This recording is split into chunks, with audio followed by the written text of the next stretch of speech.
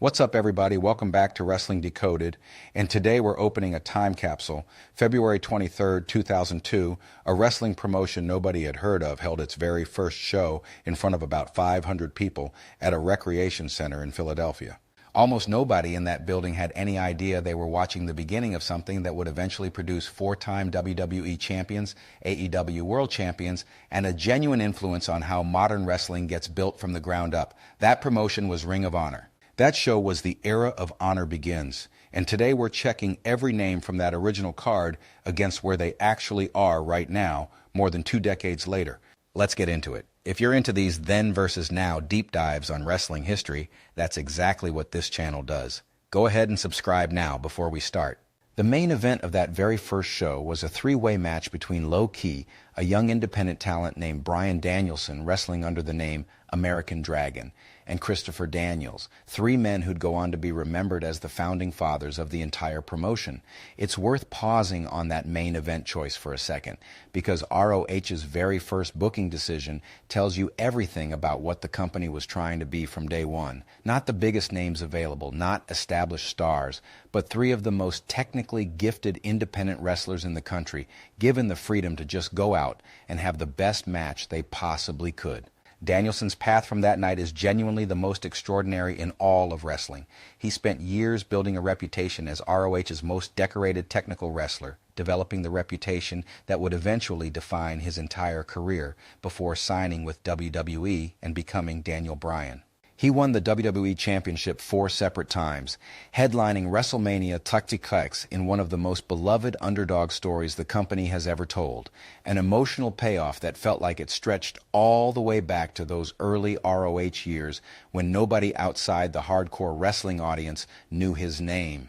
He later joined AEW in 2021, won their World Championship as well, and finally retired from full-time competition after a match against Jon Moxley in October 2024. As of this year, AEW has officially moved him off the active wrestling roster entirely and onto their broadcast team. He's now a full-time commentator, still occasionally hinting he hasn't completely closed the door on wrestling again. But for all practical purposes, the guy who main evented ROH's first show has become one of the sport's most respected voices behind the announce desk instead of inside the ring. Christopher Daniels, meanwhile, took a different but equally impressive path. He's remained active in wrestling for over 2 decades since that night, building a reputation as one of the most consistent, well-traveled performers in the industry. He eventually found a long-term home across ROH, TNA, and AEW, where he's continued both wrestling selectively and contributing behind the scenes as the industry around him has changed dramatically. There's something genuinely admirable about a career built that consistently wrestling at a high level across multiple decades and multiple promotions without ever quite becoming a full-blown mainstream star, but always being the guy other wrestlers respected in the locker room. Low Ki, the 3rd man in that main event, similarly kept working steadily across the global independent scene and various promotions for years afterward, carrying that same intense, hard-hitting style that made him stand out on night 1. Out of the 3 men who main evented that show, he's probably had the least mainstream visibility over the years, but within the world of independent wrestling, his reputation as a genuinely dangerous, physical worker has never really faded. Here's a genuine question worth sitting with. Out of those 3 men who main evented a show in front of 500 people in a rec center most fans couldn't even find on a map, would you have guessed any of them would end up headlining WrestleMania one day? Also on that very first card was Eddie Guerrero, taking on Super Crazy for a vacant title while on sabbatical from WWE at the time. It's a strange thing to look back at now, knowing what came after. Guerrero returned to WWE later that same year, became one of the most beloved performers of his generation, and won the WWE Championship in 2004, exactly the kind of career peak nobody watching him wrestle in a Philadelphia rec center could have fully predicted at the time. He passed away in 2005 and remains one of the most fondly remembered performers in wrestling history, someone whose influence on the current generation of Latino wrestling stars is still talked about constantly. Super crazy, his opponent that night continued his own long career primarily rooted in Mexican lucha libre, later becoming a recognizable name to American audiences through ECW and WWE as well, carrying that same explosive high-risk style throughout. Quick pause here. Drop a comment on which name from this original roster surprised you the most, because I genuinely think most casual fans have no idea Eddie Guerrero wrestled on ROH's very first show while technically still under contract elsewhere. The undercard of that debut is where things get really interesting, because it's absolutely packed with names who'd go on to define wrestling in ways nobody expected that night. A fatal four-way featuring students from Shawn Michaels' Texas Wrestling Academy included American Dragon himself, alongside Paul London, a wrestler going by Spanky, and Michael Shane, Michael's own cousin. Spanky would go on to become Brian Kendrick, forming one of the most beloved tag teams in WWE history alongside Paul London, a partnership that produced genuinely great matches and a lot of goodwill with fans during their run together. But their careers took very different turns afterward. Kendrick's WWE tenure ended controversially in 2017, while London has been openly critical of his WWE experience in interviews since, saying he has no interest in ever returning to the company.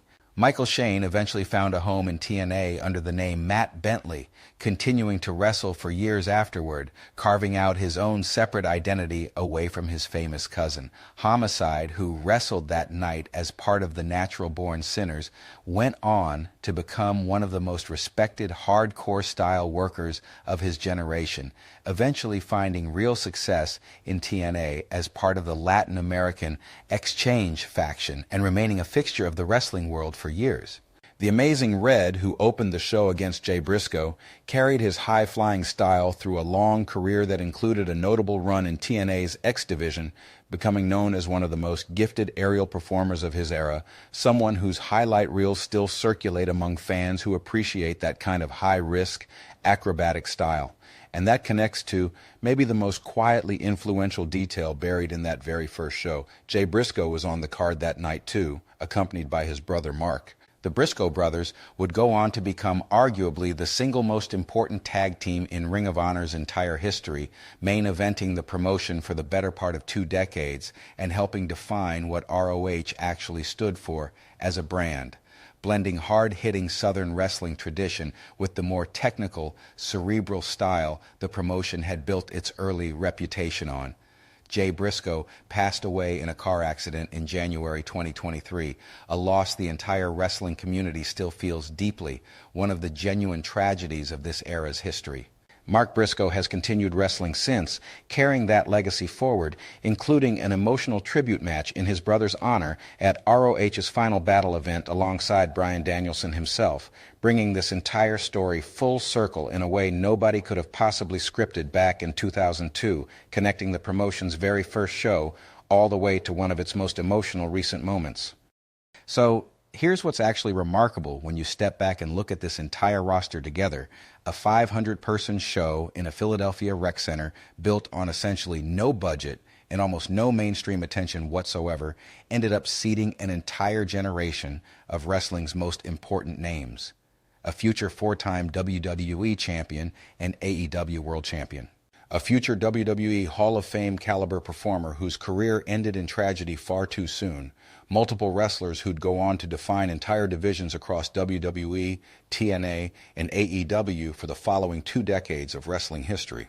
Nobody in that building on February 23, 2002 could have possibly known they were watching the opening chapter of modern wrestling's technical revolution unfold in real time, right in front of them, for the price of a cheap ticket to a rec center show.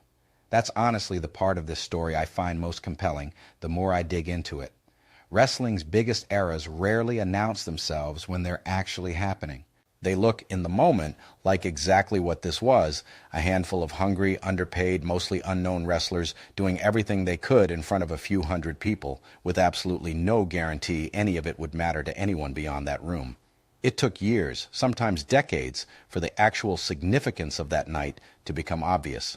Which name from this original card do you think had the most unexpected career path? Let me know down in the comments. I want to know if Danielson's journey all the way to broadcasting surprises people as much as it surprised me putting this together. And if you want more of these deep dives into where wrestling's most important names actually started out, make sure you're subscribed to Wrestling Decoded. There's plenty more of this still to uncover.